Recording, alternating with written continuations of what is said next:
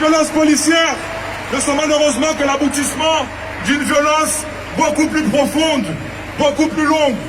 Les policiers, dans leur excès de zèle, commettent des violences qui nous appellent eux-mêmes bavures. Quelle que soit la situation, ils se protègent les uns les autres. Là où le bas blesse, la justice est toujours de leur côté.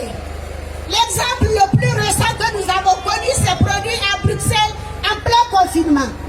Un jeune Soudanais violenté et humilié. Devant la justice, la police prétend avoir un coup de sang. Je vous prie d'avoir une pensée pour Semira Adamou, étouffé avec des coussins alors qu'on tentait de l'expulser. Ayez une pensée pour Maouda, une enfant de 2 ans abattue par la police, toujours pas inculpée. Ayez une pensée pour Adil Mehdi, tous les autres noms d'une longue liste meurtrière. La police qui est censée protéger n'est jamais là lorsqu'on a besoin d'elle, minimisant les femmes, surtout les noirs. En tant que femme sans papier, quelle que soit la situation, on ne se réfère pas à la police. On risque de se retrouver en centre fermé. Les violences policières, c'est l'expression pathétique du racisme dans les institutions. Les violences policières doivent être requalifiées de crimes policiers. Il faut tout faire que les auteurs de ces violences répondent de leurs actes devant la justice. Soutenez la lutte des sans-papiers le 12 et le 20 juin prochain. Créons un rapport de force. Les sans-papiers, nous ne pouvons plus respirer. Nous sommes étouffés. Battons-nous ensemble pour la fermeture pour les étrangers, dans laquelle nous sommes torturés, déportés dans des conditions ignobles. Chaque fois que la police nous escorte à l'aéroport, cassant des côtes et des doigts des crânes, niant la vie des personnes non blanches. Mesdames et messieurs, c'est avec une grande tristesse que nous avons appris le décès de notre fils, Moïse Lamine Bangoura, le 7 mai 2018. La police est venue chez nous pour nous annoncer que notre fils, Moïse Lamine Bangoura, est mort. Et ce n'est pas une mort naturelle. Ce n'est pas dans son lit d'hôpital qu'il est mort, mais suite à une interpellation policière et aussi la présence des huissiers qui devraient l'expulser de chez lui. Donc, selon la police, ils nous ont dit que Lamine est tombé dans son salon. Et tout ce qui s'est passé, personne ne peut nous expliquer cela. Ils nous ont donné 2 numéros de téléphone qu'il faut contacter. Immédiatement, nous avons contacté ces numéros. Notre appel était resté sans succès. Et comme nous nous sommes rendus à la police de Rusla, ils nous ont donné 2 agents qui nous ont amenés, ils nous ont accompagnés jusqu'à l'hôpital de Bruges où Lamine était couché. Mais dès l'arrivée à l'hôpital, nous avons été reçus par un policier qui était en civil du nom de Patrick et qui nous dit que nous ne pouvons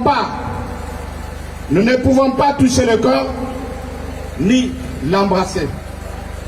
C'est fort pour nous. Nous avons seulement vu le visage de Lamine avec quelques blessures légères sur le visage et le sang qui coulait sur son oreille gauche. Merci. Merci. J'ai réussi à poser quelques questions à ces agents qui étaient en civil du nom de Patrick pour savoir ce qui est arrivé à Lamine. Il m'a carrément répondu que nous ne sommes pas en Afrique.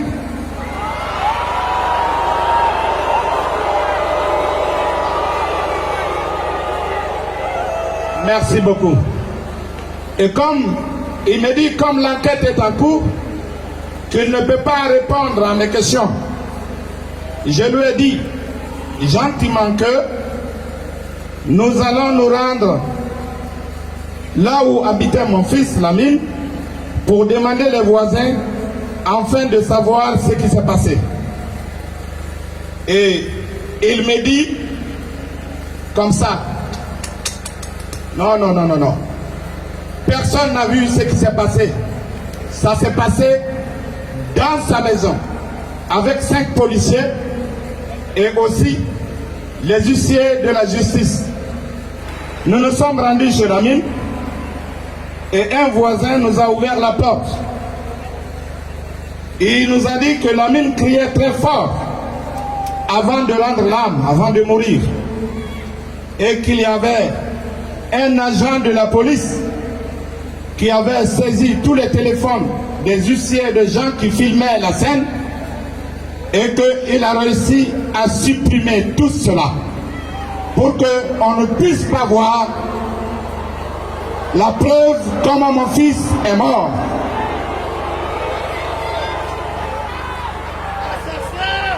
J'étais complètement sidéré d'entendre cela.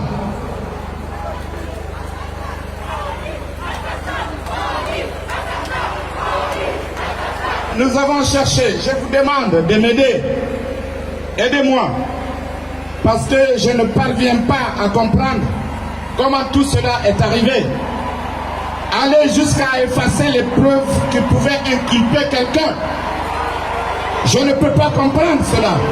Un agent de la police qui est censé de nous sécuriser, aller jusqu'à effacer toutes les preuves de la mort de mon fils. Ça m'a beaucoup intrigué. Donc, face à cette situation dramatique, j'avais adressé un courrier recommandé au ministère de la Justice, au ministère des Affaires étrangères, au ministère de l'Intérieur et de la Sécurité et aux juges. Et jusque là où nous sommes, aucune suite favorable n'avait été accordée à tous les courriers que j'ai adressés à l'État belge.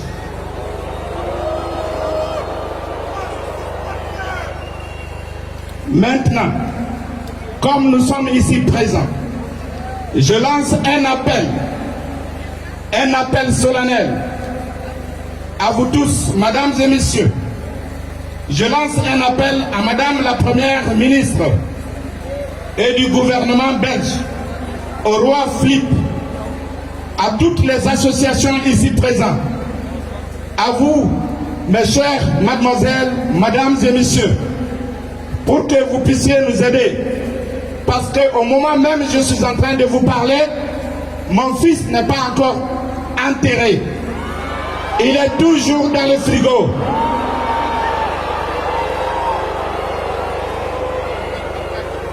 Ça fait 2 ans que nous ne pouvons pas entamer notre deuil. C'est pour cela, je vous demande à ce que toute personne ici présente et des associations, que vous puissiez nous aider.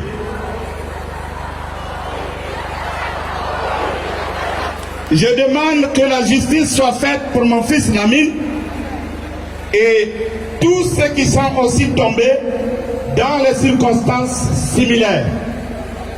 Je vous remercie. Nous comptons toujours à la justice et nous voulons aller jusqu'au bout. Merci beaucoup. Police partout! Police partout! Police partout! Nous sommes tous des potentielles victimes. Nous devons être solidaires dans cette lutte. Le collectif Justice pour Mehdi, au-delà de l'aspect symbolique, a également des revendications claires, nettes et précises à proposer. Le non-droit de la police et des médias de communiquer des informations sur les victimes de violences policières avant que les familles soient averties et acceptent la divulgation de ces informations. Le but est d'éviter la déshumanisation des victimes de violences policières, stratégie couramment utilisée pour légitimer les actes commis par les policiers. Deuxième point, la nomination d'un juge d'instruction directement après que l'acte soit commis, de façon à ce que la famille puisse avoir droit à une enquête neutre et indépendante. Le juge d'instruction doit mener l'enquête et pas la zone de police d'à côté. Le juge d'instruction doit exercer sans subjectivité émanant de la police ou du parquet. Lors du procès, le dossier de non-droit ne doit pas être pollué par des parties adverses malveillantes. Le quatrième point, justice pour toutes les violences policières commises en Belgique. Semira Adamou, étouffé. Souleymane Djabili, 14 ans, mort dans un métro. Lamine Moïse Bangoura, Mehdi Bouda, Maouda Saouri, 2 ans seulement, tué d'une balle dans la tête, une balle de la police. Et toutes les victimes de violences policières. Ces revendications, nous, le collectif Justice pour Mehdi, nous voulons les faire entendre aux politiciens de notre pays. Celles-ci aideront énormément les familles des victimes et permettront que justice soit entendue. Message adressé au bourgmestre de la ville de Bruxelles ainsi qu'à la police de la ville de Bruxelles. Où sont les excuses pour la famille de Mehdi? Nous attendons des excuses pour la famille d'Ayoub. Accordez du respect aux familles, accordez-leur de la reconnaissance. Justice pour Mehdi! Justice pour Mehdi! Justice pour Hadim! Justice pour Hadim! Justice pour Lamine! Justice pour Lamine! Black Lives Matter! Black Lives Matter! Black Lives Matter! Black Lives Matter! Depuis qu'on est petit, on a connu l'injustice. Que ce soit à l'école, dans les rues, au travail, partout. Partout où nous allons. Tout ça c'est fini. Trop c'est trop. Aujourd'hui, c'est la jeunesse. C'est la jeunesse qui va régner. C'est la jeunesse qui va faire les mouvements. Je demande à tous mes jeunes, n'importe quelle couleur, nous devons être réunis. Mais aujourd'hui, trop c'est trop. J'en ai marre partout où on va. On se fait contrôler, on nous regarde d'un mauvais œil parce qu'on est black ou on est tel. Le nom ne suit pas. Le nom ne sait pas. Nos couleurs nous suivent. Mais aujourd'hui, nous allons rester calmes. Nous allons montrer un bon visage de nous, les frères. Toute la jeunesse, on est ensemble. Trop, c'est trop. La jeunesse, réveillons-nous. Au travail, quand nos jeunes frères et sœurs, qui ont terminé les études, qui sont renommés dans les diplômes, ils veulent pas d'eux parce qu'ils ont un tel nom, parce qu'ils ont un prénom. Trop, c'est trop. Aujourd'hui, trop, c'est trop. Trop, c'est trop. La jeunesse, réveillons-nous, vous, réveillons-nous. Tout le monde a point levé. Trop, c'est trop. Trop, c'est trop.